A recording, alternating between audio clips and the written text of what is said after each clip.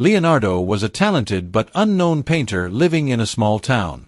His paintings always captured the essence of landscapes and people, conveying an emotional depth that impressed everyone who saw his work. However, his life changed drastically when he began to notice something peculiar in his work. One day, a mysterious woman named Isabel entered his studio. "You're Leonardo, the painter famous for capturing people's souls, right?" she asked, with a gaze that seemed to pierce through his soul. "Famous? I'm not sure I can call myself famous, but yes, that's me," Leonardo replied, somewhat surprised by her presence. "I want you to paint my portrait. Money is no object. I want you to capture who I truly am," Isabel said, in a voice that was both soft and firm. Leonardo studied her face for a moment. "There's something in your eyes that intrigues me." "I'll accept the challenge," he responded, trying to hide his curiosity. As he began the painting, something strange started to happen. "The colors, they're getting darker, as if the light is fading," he murmured to himself, perplexed. Isabel, observing him with an enigmatic smile, commented, "Perhaps you're seeing something others don't. Continue, I'm curious to see the result." When he finished, Leonardo felt a chill run down his spine. "This isn't what I intended to paint. It seems dark," he said, handing the painting to Isabel. She looked at the work for a few moments and then smiled. "You've captured my essence perfectly, Leonardo." "I'm more than satisfied," Isabel said before leaving the studio with the portrait in hand. In the days that followed, Leonardo began to notice that his portraits were becoming increasingly strange. When he painted a generous friend, the image appeared almost angelic. "Ricardo, look at this. This isn't how I see you, but it's what came out," Leonardo said, showing the portrait to his philosopher friend. Ricardo examined the painting closely. "It's as if you're capturing the true soul of people." "This is fascinating, but also dangerous," he replied, intrigued. "Dangerous? What do you mean by that?" Leonardo asked, feeling a chill run down his spine. "Revealing someone's true essence can have consequences, Leonardo. What if you capture something that shouldn't be revealed?" Ricardo warned, with a tone of concern. Ricardo's concern became reality when Leonardo was hired to paint the portrait of Don Arturo, a powerful and feared businessman. "Leonardo, you've been highly recommended. I want my portrait to show my strength and power," Don Arturo said, in a voice that exuded authority. "I'll do my best, sir. But I must warn you, my paintings have peculiarities," Leonardo replied, feeling a growing tension. As he began the portrait, Leonardo was overcome with a sense of fear.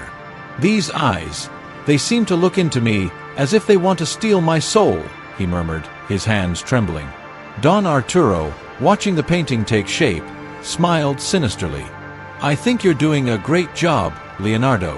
Keep it up," he said, in a tone that made Leonardo sweat. When the portrait was finally completed, Leonardo looked at the painting in horror.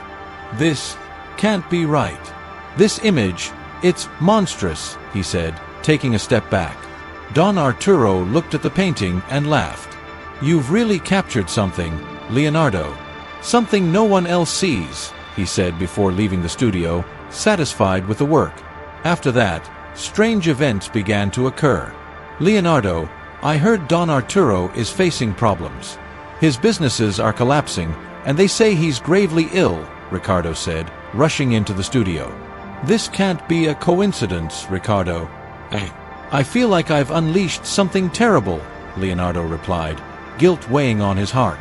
"You need to do something before it's too late. This painting, it's causing all this," Ricardo warned urgently. Determined to destroy the portrait, Leonardo entered his studio in the dead of night. "I can't let this continue. This painting must be destroyed," he said to himself, determined. When he found the portrait, he was overcome with a sense of terror. "The eyes, they're watching me. This is impossible," he exclaimed, trying to push away the fear. "You can't destroy me, Leonardo. I'm a part of you now," whispered a voice that seemed to come from inside his mind. Desperate, Leonardo threw the painting to the ground and cut it into pieces, but the image regenerated in each fragment. "No, this can't be happening," he said, tears of despair in his eyes. With no other option, Leonardo set the studio on fire. "I have to end this once and for all," he said, watching the flames consume everything around him. When the flames subsided, he noticed something peculiar. The paintings of the good people, they're glowing. "They're protecting the place," he murmured, in disbelief. The painting of Don Arturo was completely destroyed, and Leonardo felt a weight lifted from his shoulders. "Maybe now things will return to normal," he said, with a sigh of relief. Days later, Leonardo learned of Don Arturo's mysterious disappearance. He disappeared, and his businesses collapsed. "But at what cost?" he asked, still shaken by what had happened. "What did we learn from this, Ricardo? Was my art a blessing or a curse?" Leonardo asked, seeking an answer. "Perhaps it's both, Leonardo. You revealed the shadows of souls, but you also brought their truths to light. Sometimes we need to face the shadows to find the light," Ricardo replied, with calm wisdom. With this experience, Leonardo decided never to paint portraits again. "My skill is too powerful. The real power lies in inspiring good, not exposing darkness," he said, with new resolve. "The true power of art lies in revealing truths, but it requires wisdom to deal with the consequences of exposing the essence of souls. Not every truth should be brought to light, and it is up to the artist to choose responsibly what they wish to show the world."